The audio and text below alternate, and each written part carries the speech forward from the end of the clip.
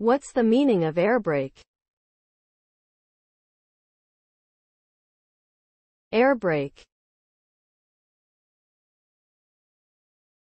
Air brake. Air brake.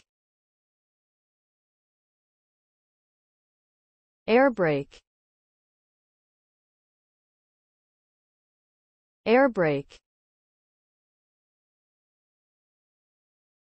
An air brake is a type of braking system used in vehicles, particularly trains and large trucks.